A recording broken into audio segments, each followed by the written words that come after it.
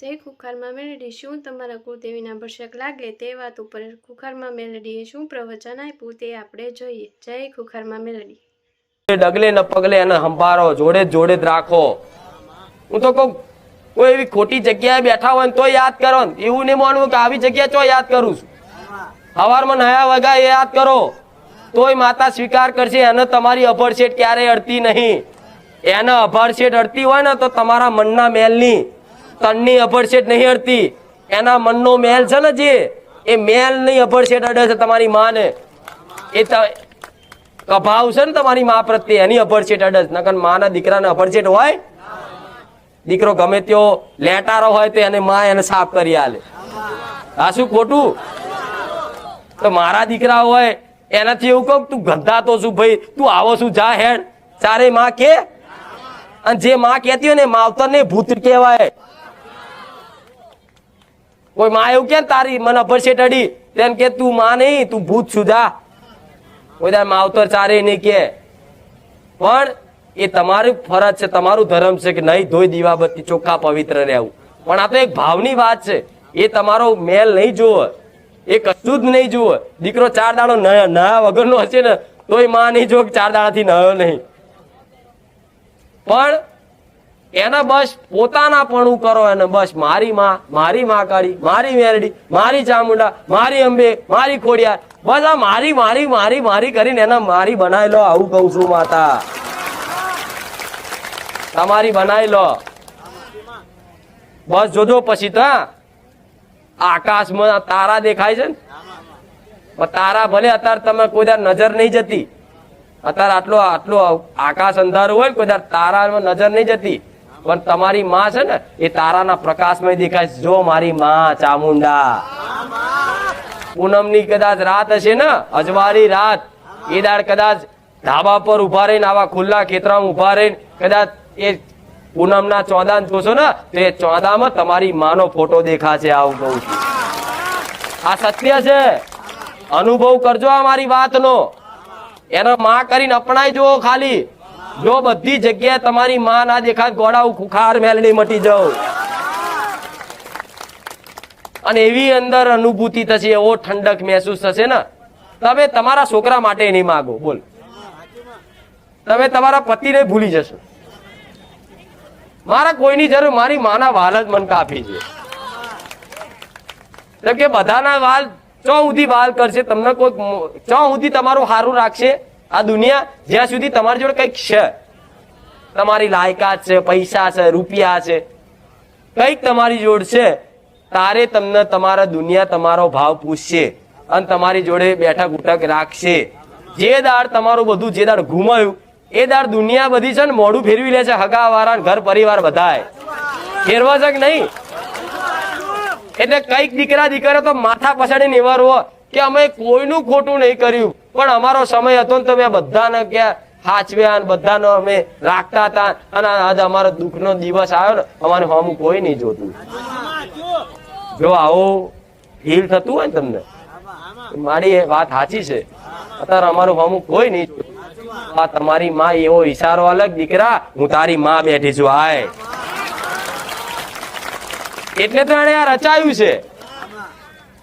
તમારા જેમ જેમ સંબંધ તૂટતા જ્યાં, પરિસ્થિતિ જેમ જેમ નબળી થઈ, દુઃખદાયી પરિસ્થિતિ આવી, એમ એમ એમ એમ જેમ જેમ દુઃખ વધ્યું ને એમ તમારા સંબંધો તૂટતા જ્યાં. બધા સગા વાળા જે ઘેર આવતા હતા એ મહેમાન તરીકે એ નહીં આવતા, દિવાળી ખબર લેવા નહીં આવતા, 12 મહિને એકાદી વાર કોઈક મરી ગયો લગ્ન પ્રસંગે આવો ખાલી. એવું છે ને? લગ્ન પહેલા તો અઠવાડિયે આવતા તમારા ઘેર સારું હોય તો. મિત્રો ભાઈબંધો હોય એ તે જોજો, તમારા પેલા 25 ભાઈબંધો હશે. ત્યારે તમારી જોડે પૈસા ગાડી બધું હશે તારે, અને જયારે તમને દુઃખ આવે ને તારે વધીને હાચા મિત્ર બે જ રહ્યા છે. બીજા જે હતા ને તેવી છે ને તમારા રૂપિયા જો લાલ લબડાવવા વાળા, તમારી પરિસ્થિતિ જોઈને સંબંધ બાંધવા વાળા. પણ જો એ પરિસ્થિતિ જોઈને સંબંધ બાંધવા વાળા હતા અને તમારી પરિસ્થિતિ નબળી થઈ એટલે બધા ભાગી ગયા, દૂર થઈ ગયા. એમાં દુઃખ નહીં લગાડવું. પેલો મને હવે બોલાવતો નહીં, આમ નહીં થવા. અમુક તો આવા રોતડા રોતું હોય, મેં આના માટે આટલું કર્યું અને અત્યારે મને તકલીફ છે, જો ને મને હોમુય નહીં જોતો, મને પૂછતોય નહીં, મને બોલાવતોય નહીં, મારો ફોને નહીં ઉપાડતો. આ બધું દુઃખ નહીં લગાડવું. આ તમારી માતાએ જ રચાયું છે કે દીકરા તું જેને મારા મારા કરતો હતો ને, આ કોઈ તારું નહીં, હું તારી માં બેઠી છું. આમાં દુઃખ કરાય? આમાં દુઃખ લગાડાય? આ તમારી માનો આભાર માનજો કે માં આ પરિસ્થિતિ લાવી, બરોબર છે માં, તારો આભાર. બસ હવે અમને ખબર પડી છે કે આ બધા સંબંધ ત્યાં તોડાયા ના કોમ ના. ચમ તમારી માને એક માના દીકરાનો એક સંબંધ એને જોડવો હતો, એને એની તમારી કુળદેવી ને એના ખોરામ લેવો હતો, દીકરાને તેડવો હતો. પણ દીકરો માને મૂકીને આખા જગતના મારા છે મારા છે મારા છે મારા છે કરતો હતો.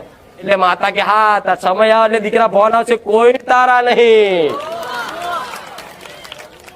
છેલ્લે આ શરીરે કે તારું શરીરે ખરું હાચવી રાખો, જવાની રહેશે.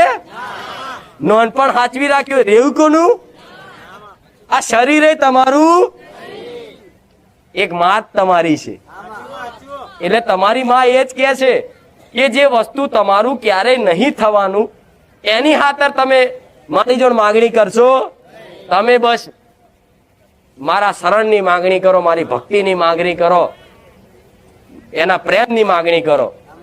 પછી તમે એમ વિચારતા મારી વાત સાચી છે કે અમે આ બધા સંબંધ જે અત્યારે ખરાબ દુઃખ પરિસ્થિતિ છે મને દુઃખની, તો અત્યારમાં અમારા હગાવાળાએ હોમું નહીં જોતા. અત્યારે હગાવાળાને ફોન કરો, ભાઈ 50,000 આલો, નહીં હાલે. 5,000 આલો, નહીં હાલે. પણ હાલશે કોણ? જે તમારો મિત્ર ખાસ હશે નાનપણનો, જોડે રહ્યો, એ તમારું કોક દાળ ભલું વિચાર અને હાલે. તમારી કોઈ બેનપણી હશે, એટલે સાચો જે મિત્રતાનો સંબંધ હશે, જે પ્રેમ ભાવથી સ્વાર્થ વગર જે રહેશે ને, એ તમારું મદદ કરશે. તો આવું જો થયું હોય ને તો માથા પછાડવા નહીં.